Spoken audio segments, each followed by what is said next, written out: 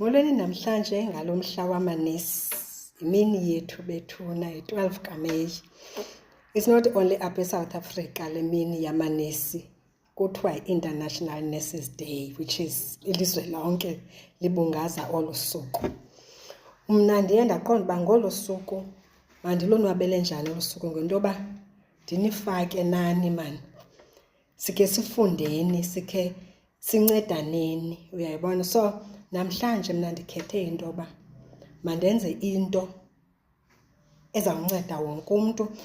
Sisebenza kakhulu ebantwaneni, singoomama siyicinga kakhulu xa ingabantwana abanengxaki, but nabantu abadala bayakwazi usebenzisa kwale nto ndizawundifundisa ngayo namhlanje. Namhlanje sifunda ngokwenza komxube. Oomama bawazi umxube. Xa umntana ehambisa, umntana egabha, naxa befike ekliniki koonesi baqale babuze uba ubukhe wamenzela umntana umxube. Ngulo mxube ndithetha ngawo ke lo sizawenza namhlanje. Lo mxube ayingowabantwana kuphela, ndithe nabantu abadala xa isisu sakho sihambisa ungawusebenzisa, because la manzi uwakhuphayo xa uhambisa lo mxube uyawabuyisela emzimbeni ukwenzela uba umzimba ungaziboni sowomile kakhulu, sekufuneka uleqiswe esibhedlele ungasakwazi nothini, umzimba uwekhi. So la manzi ngokuncedisa, ayiloyeza lokuyekisa ukuhambisa.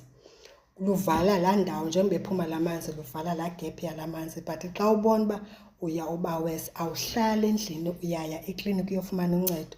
So lo mxube uwenza ngokwento engxamisekileyo, mhlawumbi ukhululekelwa sisisu ngecawa, iikliniki zivalile, kusemva kwemini, akukho moto.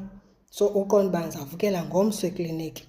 Ngokwalo mzuzu ukhapha ubuyisela amanzi wakho emzimbeni, la uwakhuphayo ngenxa uhambisa okanye ugabha. So lo mxube wenziwa njani? Okokuqala unida amanzi angangelitha, i-1 litre yamanzi, uwabilise, uwapholise. Then unida iswekile, then ufuna netyuwa, i-teaspoon nebhoso.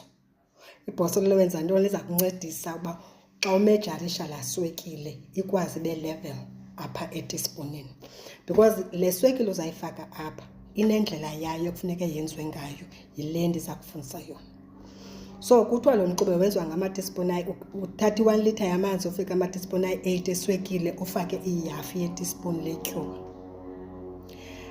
La 8 teaspoon weswekile